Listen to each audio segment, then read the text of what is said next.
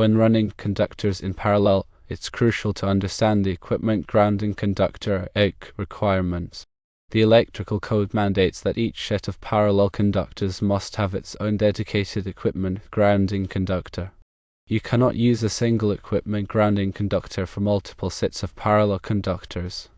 This requirement is based on ensuring adequate ground fault current carrying capacity and maintaining a low impedance ground fault path. If you were to use a single equipment grounding conductor for multiple sets of parallel conductors, the impedance of the ground fault path would increase, potentially hindering the rapid clearing of ground faults.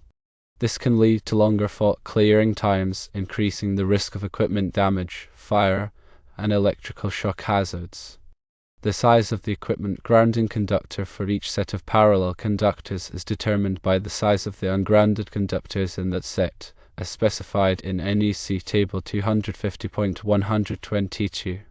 For example, if you have 7 sets of 500 kcmil copper conductors in parallel, each set must have its own equipment grounding conductor sized according to Table 250.122, based on the 500 kcmil conductor size.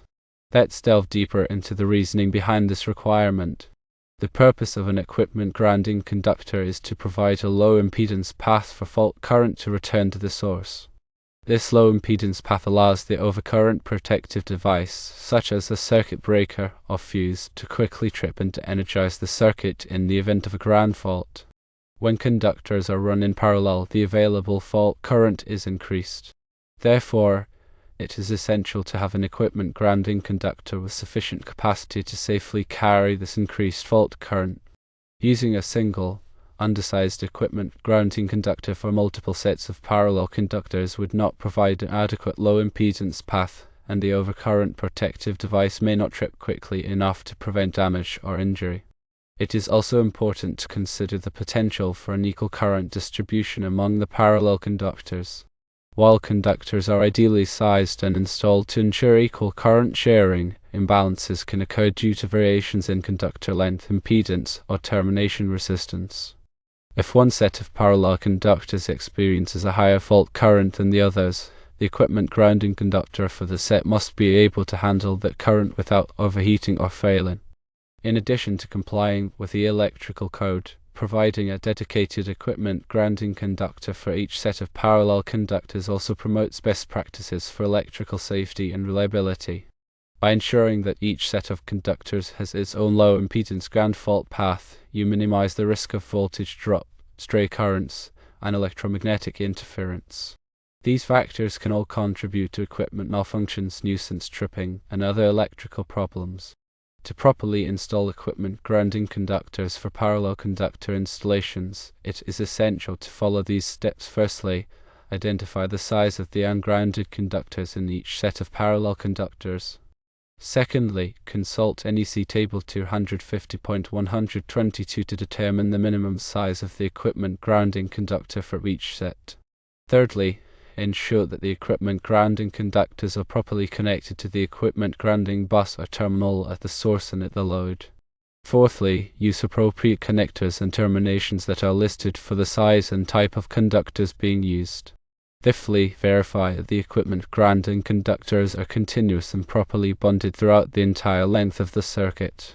In some cases, it may be necessary to upsize the equipment grounding conductors to account for voltage drop or other factors. This is especially important for long runs of parallel conductors.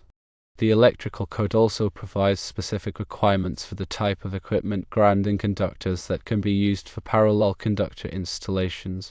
Typically, the equipment grounding conductor must be copper, aluminum, or copper-clad aluminum. The equipment grounding conductor can be installed as a separate conductor, or it can be incorporated into a cable assembly.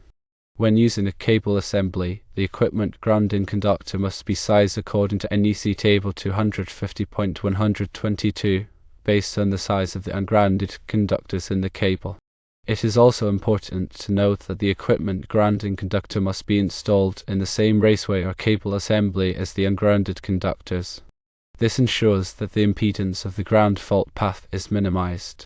In addition to the basic requirements for equipment grounding conductors, there are also some special considerations for parallel conductor installations in certain types of occupancies, such as healthcare facilities or industrial plants.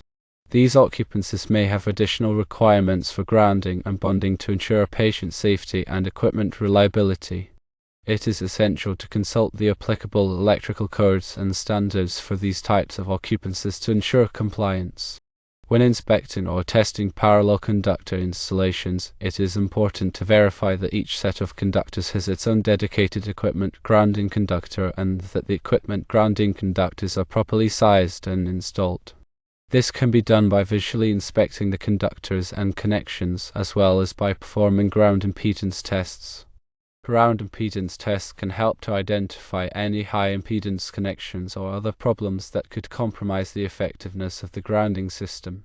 In summary, when running conductors in parallel, it is essential to provide a dedicated equipment grounding conductor for each set of parallel conductors. This ensures adequate ground fault current carrying capacity, maintains a low impedance ground fault path, and promotes electrical safety and reliability. Always consult the applicable electrical codes and standards to ensure compliance with all requirements. Remember, the equipment grounding conductor size must be determined by the size of the ungrounded conductors according to NEC Table 250.122.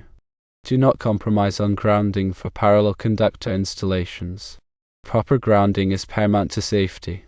For example, consider a scenario where you have 3 sets of 4/0 copper conductors running in parallel. According to Table 250.122, the minimum size equipment grounding conductor for 4/0 copper conductors is number 8 copper.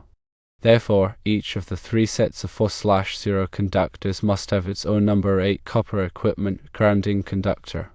These conductors must be run within the same raceway as their corresponding phase conductors, ensuring a low impedance path for fault current. Failing to adhere to this requirement could result in a dangerous situation, potentially leading to electrical shock or a fire in the event of a ground fault. Let's consider another example. Imagine you are installing 5 sets of 350 kcmil aluminum conductors in parallel. Referring to NEC Table 250.122, you find that the minimum size equipment grounding conductor for 350 kcmil aluminum conductors is number 2 copper. Thus, each of the 5 parallel sets must have its own number 2 copper equipment grounding conductor. Again, these grounding conductors must be installed within the same raceway or cable assembly as their respective phase conductors. Ignoring this requirement could create a hazardous condition, potentially causing equipment damage or personnel injury during a ground fault. In both of these examples, it's clear that the code mandates a separate equipment grounding conductor for each parallel set, not just one shared conductor. This is a critical safety measure that must be followed. The size of the ungrounded conductors determines the minimum size of the equipment grounding conductor required for each set. This design ensures that each set of conductors has its own reliable ground path, which is essential for rapidly clearing faults and preventing dangerous conditions. When dealing with parallel conductors, proper planning and execution are crucial for ensuring a safe and code-compliant installation. Always consult the latest edition of the NEC and other relevant standards for specific requirements and guidance.